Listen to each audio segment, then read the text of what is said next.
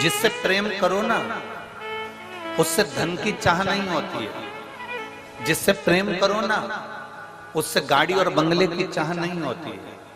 जिससे प्रेम करो ना, उससे मोबाइल के बैलेंस की चाह नहीं होती है। जिससे प्रेम करो, उससे एप्पल के मोबाइल की चाह नहीं होती है। जिससे प्रेम करो, उससे चाउमीन खाने की चाह नहीं होती है। जिससे प्रेम करो, उससे पानी पूरी खाने की चाह नहीं होती है। जिससे प्रेम करो, उससे बस एक चाह रहती है कि थोड़ा तो समय दिया करो मुझको, आपके लिए हूं और मैं आपके लिए, थोड़ा तो समय।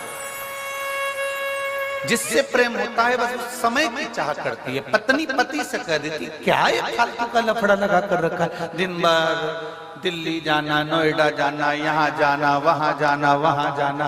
कम से कम हम आपसे प्रेम करते हैं, थोड़ा समय तो दिया करो। बोलो जीतियों, सही बात है कि गलत है? जम के बोलो जरा, सही है ना? एक पत्नी पति से कहती है मुझे समय दो, पति पत्नी से कहता है समय दो, पति अपने धंधे से कहता है, धंधा कहता है, बिजनेस कहता है तुम मुझे समय दो। बोलो बिजनेस कहता कि नहीं कहता? समय दोगे तो मैं कमाई कराऊंगा, समय नहीं दोगे तो मैं कमाई। अर्थात तुम्हें बिजनेस से प्रेम करना पड़ेगा। प्रेम करोगे तो समय दोगे। सुबह 9 बजे से जाके दुकान पे बैठोगे, रात को 10 बजे तक आओगे, मतलब तुमने काम से प्रेम किया। अब तुमने काम से प्रेम किया तो काम ने तुमको धन दिया। पत्नी से तुमने प्रेम करा तो पत्नी ने भी तुमको इसने बस प्रेम की 2 बोल दिए, नहीं तो जगदम्बा रोज धड़धड़ाती थी। प्रेम जो तुमने दिया, प्रेम तुमने अगर प्रदान किया, प्रेम में सबसे कीमती है, प्रेम की सबसे बड़ी कीमत है, प्रेम की सबसे बड़ी कीमती दौलत है उसका समय। और जिससे प्रेम होता है ना, उसके पास तुम 4 घंटे भी बैठ जाओ ना, समय कम ही पड़ जाता है। प्रेम की कीमत ही सबसे बड़ा समय।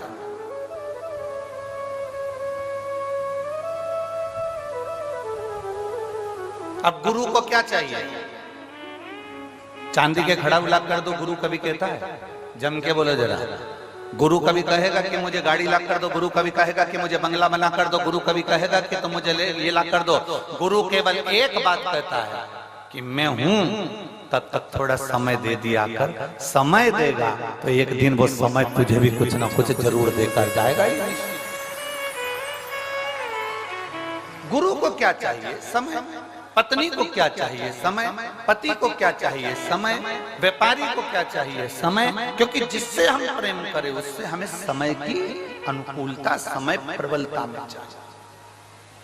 अब यहां तक तो बात समझ में आ गई कि आपको समय की कीमत समझ में आना चाहिए, पर आगे तुम्हारे स्मरण में आना चाहिए कि वही समय जो तुम, एक पत्नी पति से समय मांगती है, पति पत्नी से समय मांगता है, डॉक्टर भी मरीज के लिए, मरीज के घर वालों से समय मांगता है। थोड़ा मुझे देना पड़ेगा 4-6 दिन, तो मैं प्रयास पूरा करूंगा इसको ठीक करने। समय दोगे तो ना। अब आखिरी में डॉक्टर जब पूरा काम कर लेता है तब डॉक्टर भी कहता है अब मेरे पास की घड़ी ठीक नहीं चल रही है, अब उससे समय मांगो, अब वो समय दे, वो समय।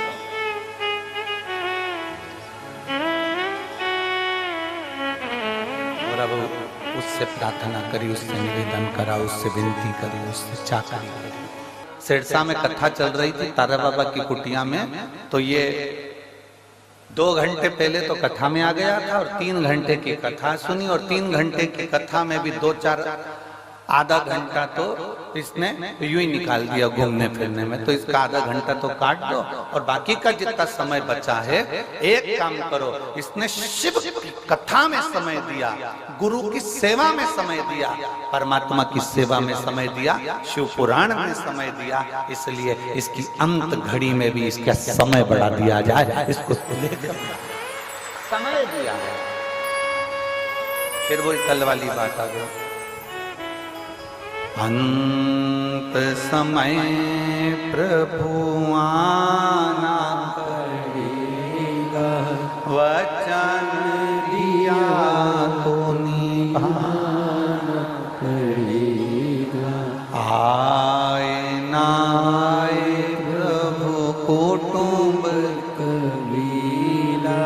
अंत समय प्रभु आना पड़ेगा, वचन दिया तो निभाना पड़ेगा, और अंत समय प्रभु आना पड़ेगा।